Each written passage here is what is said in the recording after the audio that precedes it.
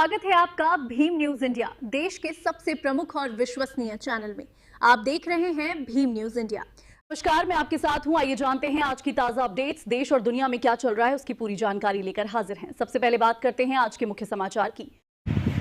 बुद्ध के सिद्धांतों को अपनाने से बुद्धि का विकास होता है, ये कहना है कोटा के मेडिकल कॉलेज के एंड्रोक्राइनोलॉजिस्ट विभाग के विभागाध्यक्ष डॉक्टर नीतीश बौद्ध का। देखिए, बुद्ध पूर्णिमा पर उन्होंने अपने जीवन के बारे में कुछ विचार साझा किए। आप देख रहे हैं भीम न्यूज इंडिया विनय कुमार सिंघल के साथ। सभी को नागर गौतम बुद्ध की त्रिगुण पावन बुद्ध पूर्णिमा पर बहुत बहुत बधाइयाँ, मंगलकामनाएं। और राजस्थान बौद्ध महासंघ और धम्मज्योति बुद्ध विहार जन कल्याण समिति को बहुत बहुत साधुवाद और धन्यवाद। इस कार्यक्रम को आयोजित करने के लिए हर बार आप उतने ही उससे हर बार ज़्यादा उत्साह से इस कार्यक्रम का आयोजित कर रहे हैं और हम ये भी देख रहे हैं कि हर बार कारवां बढ़ता भी जा रहा है, तो प्रगति जो है वो यहाँ भी दिखाई दे रही है। तो आपने मुझे कहा कि जो मेरी जर्नी रही है उसके बारे में संक्षेप में थोड़ा सा बताऊं। तो वैसे तो हम सब जानते हैं कि अनुसूचित जाति में ज़्यादातर जो भी लोग पैदा हो रहे हैं उन सबको बहुत सारी कठिनाइयों का सामना करना पड़ता है, लेकिन मैं लकी था कि मेरे पिताजी ने इतनी मेहनत करी थी और उन्होंने बाबा साहब की जो कथनी है कि शिक्षा शेरनी का दूध होता है, उसको ना कि सिर्फ समझा और उसको अपने जीवन में उतारा। तो क्योंकि वो आगे पढ़ पाए, फिर उन्होंने एक बहुत ही इम्पोर्टेंट डिसीजन लिया जो मैं यहाँ पे हाईलाइट करना चाहता हूँ कि आज की तारीख में हम जितने भी लोग यहाँ बैठे हैं, हम अपने बच्चों को अच्छी शिक्षा देने की कोशिश तो कर रहे हैं, लेकिन उसमें एक विजन भी होना बहुत जरूरी है। और मेरे पिताजी ने एक बहुत अच्छे विजन के साथ एक काम किया कि मुझे सबसे पहले हिंदी मीडियम से चेंज करके इंग्लिश मीडियम में ट्रांसफर किया था। और मैं समझता हूँ कि जो आज मेरी हाईएस्ट उपलब्धि जो आई है, मेरे अंतिम एग्जाम में आई है, उस उपलब्धि में उस डिसीजन का बहुत बड़ा रोल है। क्योंकि आज की तारीख में जितनी भी आपकी परीक्षाएं हैं, चाहे वो एमबीए हो, आईआईटी हो, एमबीबीएस हो, उन सभी में जो इंग्लिश मीडियम के छात्र हैं वो ज्यादा अच्छा परफॉर्म करते हैं, इसमें कोई डाउट नहीं है। मैंने अपने कॉलेज में भी देखा कि फर्स्ट ईयर में एनाटॉमी में सिर्फ 5 स्टूडेंट पास हुए थे और उनमें से मैं 5वां एक मैं भी था, और जितने भी स्टूडेंट थे वो सब इंग्लिश मीडियम। और जितने भी बैक जिन बच्चों की यूजुअली लगती थी फर्स्ट ईयर में, उसमें से 90% हिंदी मीडियम के बच्चे थे। तो एक डिसीजन आपने एक विजन से लिया कि अपने बच्चे को हिंदी मीडियम से इंग्लिश मीडियम में ट्रांसफर किया, भले ही स्कूल की फीस आपको 2 गुना देनी पड़े। तो मैं समझता हूँ कि ये आज हम वैसे धर्म की बात कर रहे हैं, लेकिन ये भी एक धर्म का बहुत इंपॉर्टेंट हिस्सा है कि हम अपनी जब बच्चों की शिक्षा प्लान करें तो इस तरह से करें कि भले हमें थोड़ा सा ज्यादा खर्च करना पड़े, लेकिन इंग्लिश मीडियम या ऐसा मीडियम चुने और ऐसी चीजों को चुने जो कि अपने बच्चे की प्रगति में सहायक हो। तो एक तो इंग्लिश मीडियम मुझे मिला, उसके शुरू में कठिनाइयां तो जरूर रही, लेकिन उसके बाद जैसे जैसे आगे बढ़े तो फिर उसके बाद एक और ये विजन था। मुझे नहीं पता था कि 12th के बाद क्या करना है, बहुत ज्यादा अच्छे नंबर नहीं थे, 82% ही 12th में था, लेकिन वहां भी ये विजन था। तो उन्होंने लाके एक फॉर्म दे दिया कि आपको पीएमटी का टेस्ट पास करना है। मुझे उसमें उस समय ज्ञान नहीं था कि पीएमटी में क्या होता है, तो ये भी उन्हीं का डिसीजन रहा कि पीएमटी करनी है। कोचिंग में एडमिशन करा दिया, क्योंकि उस समय मेरी उम्र कम थी, 12 साल पे 17 साल मतलब 17 वर्ष की उम्र में 12वीं क्लास पास करी थी और 18 का होना जरूरी था पीएमटी के एग्जाम में। तो एक साल मेरे पास वैसे भी था, तो उस एक साल में मैंने वो कोचिंग का जो फॉर्म पापा ने लाके दिया था तो कोचिंग करी, तो उसमें एमबीबीएस में सिलेक्शन हो गया। तो आज मैं कह सकता हूँ कि यदि मैं आज डॉक्टर हूँ तो उसमें मेरे पिताजी और माताजी का बहुत ही महत्वपूर्ण योगदान है। उसमें मैंने अपनी स्ट्रीम चूज नहीं करी थी, लेकिन मुझे लगता है कि अगर आज की तारीख में जो भी बच्चे हैं वो उनको इस तरह से हमें थॉट प्रोसेस देना चाहिए कि वो अपना स्ट्रीम चूज कर सके, और यदि वो नहीं कर सकते हैं तो फिर मार्गदर्शन माता पिता की तरफ से जरूर होना चाहिए। तो एमबीबीएस जो मेरी हुई तो उसमें मेरे पिताजी का मुख्य रोल है। एमबीबीएस में भी मैं पढ़ाई की और उस समय मैं पूरे राजस्थान में जब सेकेंड ईयर था, पूरे राजस्थान में सेकेंड टॉपर था, टॉपर नहीं था। और गोल्ड मेडल उसी को मिलता है जो टॉप करता है, तो मैं सेकेंड टॉपर जरूर रहा, पर मुझे सिल्वर मेडल भी नहीं मिला था एमबीबीएस में। तो मेरे मन में कहीं ना कहीं ये जरूर था। उसके बाद मैंने एंटी मेडिसिन करने का जो डिसीजन लिया वो खुद से लिया। तो मैं एज ए आज एंडोक्राइन फिजिशियन हूँ, तो मैं फिजिशियन बना, तो उसमें मेरा रोल है कि मैंने डिसाइड किया कि मुझे क्या ब्रांच करनी है। उसमें मेरे घर वालों ने हस्तक्षेप भी नहीं किया, लेकिन यहाँ पे भी एक मतलब बहुत इम्पोर्टेंट कोरिलेशन बताना चाहूँगा कि मेरे पिताजी ने भी जब पढ़ाई की थी तो वो रुके नहीं।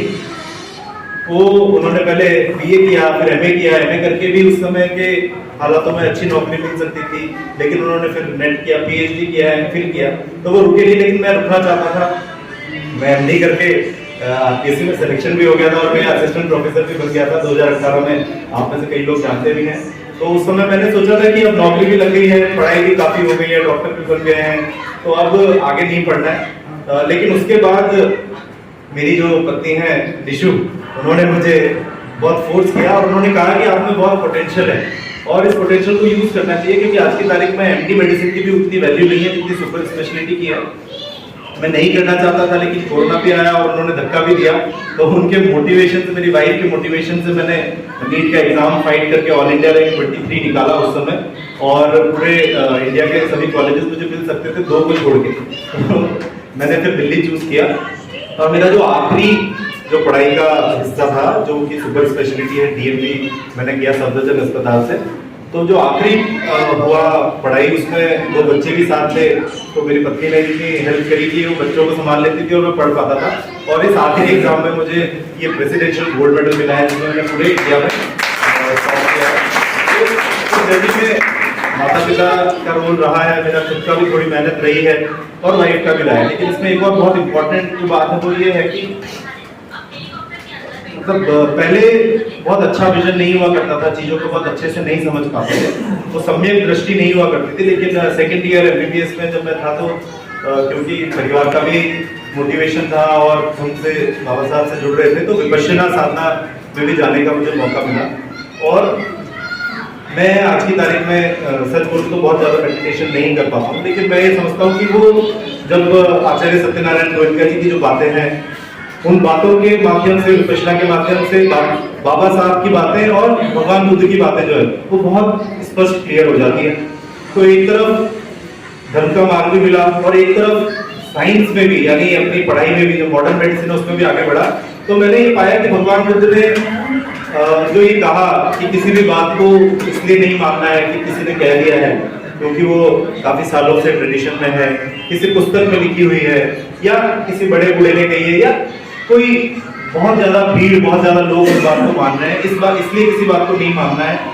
किसी बात को सिर्फ इसलिए मानना है क्योंकि आप उस पर रिसर्च करते हैं और रिसर्च करने के बाद आप ये पाते हैं, पूरे तथ्यों को देखते हैं, उस पर तर्क करते हैं, तो सारे रिसर्च के बाद जब ये निकल के आती है कि हाँ ये बात सही है, तब जाकर उस बात को मानना है और उसको फॉलो करना है। तो आज क्योंकि मैं मॉडर्न मेडिसिन का प्रैक्टिशनर हूँ, एलोपैथी जिसमें मॉडर्न मेडिसिन कहा जाता है, तो अगर कोई दवाई भी मार्केट में आती है तो पहले उस दवाई पे हजारों रिसर्च होती है। रिसर्च में ये प्रूव होता है कि हाँ ये दवाई इस तरह से काम करती है और काम करती है, इतना % रिजल्ट देती है, तब हम उस बात को मानते हैं। तो हम अगर हम देखें तो भगवान बुद्ध भी यही कहते हैं कि किसी भी बात को तभी माने जबकि वो प्रमाणित हो जाए। किसी भी बात को इसलिए ना माने कि आज की तारीख में बहुत सारे लोग फॉलो कर रहे हैं, आज हम संख्या में कम है, लेकिन फिर भी भगवान बुद्ध की जो बातें हैं वो इतनी प्रासंगिक है कि 180 देशों में लोग उसे फॉलो कर रहे हैं। हो सकता है किसी कारणवश हम भारत के लोग उसे भूल गए हैं, लेकिन अगर हम दोबारा से फिर इसी रास्ते पे चलेंगे तो धीरे धीरे इस वैज्ञानिक जो धर्म है उसका लाभ हमें जरूर मिलेगा। यहाँ पे मैं एंड में थोड़ी सी ये बात जरूर कहना चाहूंगा कि भगवान बुद्ध ने बहुत ही सिंपल, बहुत ही सरल भाषा में अपना जो धर्म है उसे समझाया है। और ये धर्म किसी एक जाति तक, किसी एक राष्ट्र तक या किसी भी एक पंथ तक सीमित नहीं है। तो भगवान बुद्ध कहते हैं कि शील, समाधि और प्रज्ञा जो है ये संपूर्ण धर्म है, और इसीलिए आचार्य सत्यनारायण गोयनका जी भी कहते हैं कि शील धर्म की नींव है और ध्यान धर्म की भीत और प्रज्ञा छत है धर्म की मंगल भवन पूरी। तो ये पूरा कंप्लीट है। हालांकि अगर हम देखने जाएं त्रिपिटक भी है और इतनी सारे बहुत सारी बातें हैं, भगवान बुद्ध ने बहुत कुछ कहा, और अगर उसमें डिटेल में जाएं तो हो सकता है और हम मार्ग पर आगे बढ़ेंगे। लेकिन अगर हम बहुत संक्षेप में भी समझना चाहें तो शील, समाधि और प्रज्ञा ये बहुत ही आसान 3 स्टेप वाला मार्ग है जो भगवान बुद्ध ने हमें बताया है। शील, यदि कोई व्यक्ति अपने को जैन कहता है, हिंदू कहता है, मुसलमान कहता है या बौद्ध कहता है, लेकिन यदि वो व्यक्ति शील का पालन करता है तो धर्म की शक्तियां उसे आगे बढ़ाने में हेल्प करती ही करती है। उसमें आप और मैं क्या लेवल लगा रहे हैं वो महत्वपूर्ण नहीं होता। तो शील जो है वो नींव है, अगर हम उसे फॉलो करते हैं तो धर्म की शक्तियां अपने आप हमारा साथ देने लगी जाती हैं।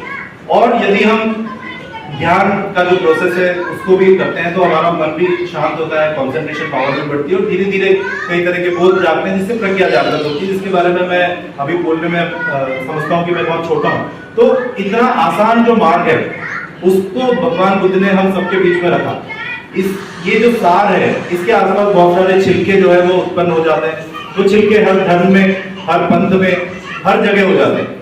तो अगर हम वाकई में बुद्धिस्ट हैं तो हमें ये जो सारे छिलके हैं उनके और सार के बीच का अंतर साफ साफ स्पष्ट समझ में आने लग जाता है।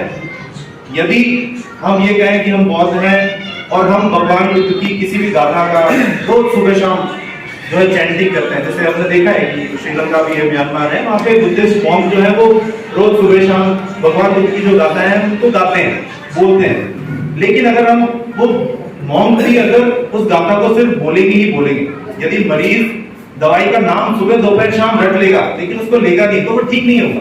तो भले अगर वो कोई व्यक्ति बुद्धिस्ट मॉन्क है या वो बुद्ध उपासक है या वो बुद्धिस्ट नहीं भी कहता है अपने आप को, यदि वो किसी गाथा का, किसी भगवान बुद्ध के बताए हुए उपदेश का सिर्फ और सिर्फ चैंटिंग करता है, सिर्फ और सिर्फ उसे रिपीट करता है, लेकिन उसको अपने जीवन में नहीं उतारता है तो उसे वो फल नहीं मिल पाएगा जो कि शील, समाधि और प्रज्ञा के मार्ग पर चलने से मिल पाएगा। तो यहाँ पे मैंने, हालांकि मेरे पिताजी ने पहले सरनेम बौद्ध नहीं रखा था, मैंने जब मैं इस मार्ग में आगे बढ़ा तो मैंने जानबूझ के ये सरनेम बौद्ध रखा। वो इसलिए रखा क्योंकि मैं अब ये समझता हूँ कि ये जो मार्ग है इसमें इतनी खूबियां हैं, इसमें इतनी क्वालिटीज हैं, इतना साइंटिफिक है, इतना सरल है, इतना सीधा है और इसमें कोई छिलकों वाली बात नहीं, सिर्फ सारे सार है।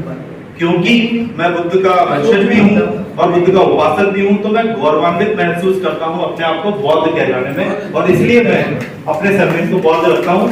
जब मैंने ये सरनेम भी रखा था तो मुझे कुछ अपने कलीग्स ने भी ये कहा था कि आप इससे हाईलाइट होते हो, क्योंकि बौद्ध जैसा आपने कहा कि जनरली शेड्यूल्ड कास्ट के लोग होते हैं, किसी कहीं पे किसी एक जाति तक ही इसका प्रभाव है।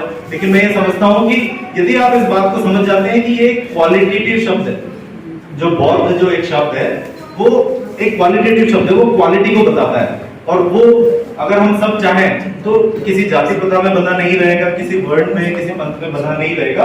और जो भी व्यक्ति अपने आप को शील, समाधि, प्रज्ञा के मार्ग पे आगे चलते हुए ज्ञान प्राप्त करता है तो वो अपने आप को बुद्धिस्ट बना लेगा, तो वो बौद्ध शब्द लगाने में अपने आप गौरवान्वित महसूस करेगा, जबरदस्ती नहीं लगाना पड़ेगा।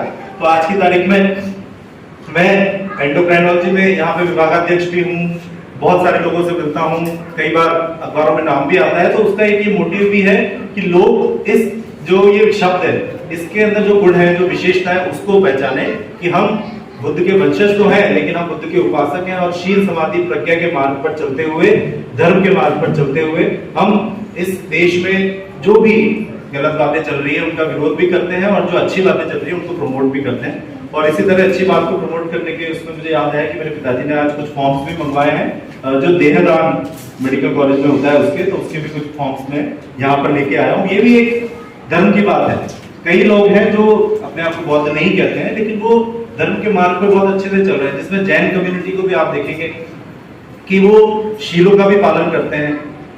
मेरे पास जितने पेशेंट्स जैन के आते हैं, मैं अगर किसी से भी पूछता हूँ कि आप नॉनवेज खाते हैं क्या, तो 99% जो भी जैन मेरे पास आया है वो नहीं कहते। ये क्वालिटी है उनकी। आज की तारीख में जो एक जाति जो अपने आप को सर्वश्रेष्ठ भी बोलती है, उनके भी 60% लोग ही जो है वो वेजिटेरियन है, बाकी नहीं है। लेकिन अगर जैनियों को आप देखेंगे, जैन पेशेंट मेरे पास आता है, मुझे उससे पूछने की जरूरत ही नहीं पड़ती कि आप वेजिटेरियन है कि नहीं, क्योंकि 99% टाइम वो उस शील को पालन कर रहे हैं और इसीलिए वो कम्युनिटी आगे बढ़ भी रही है। तो महात्मा गांधी ने सिर्फ एक सत्य और अहिंसा दो चीजों को पकड़ा तो उन्होंने भी वो कर दिया, क्रांति कर दी। तो बुद्ध के जो 5 शील है इसमें से किसी को भी एक को पकड़े, चाहे वो व्यक्ति किसी भी पंथ का है, किसी भी समाज का है, तो वो ग्रोथ करेगा। तो हम यहाँ पर एज ए बुद्धिस्ट अगर बैठे हैं और इस मार्ग हमें मिला हुआ है तो हम इस पे चलेंगे तो डेफिनेटली हम सभी का मंगल होगा। Thank you. साधु साधु कार्यक्रम साधु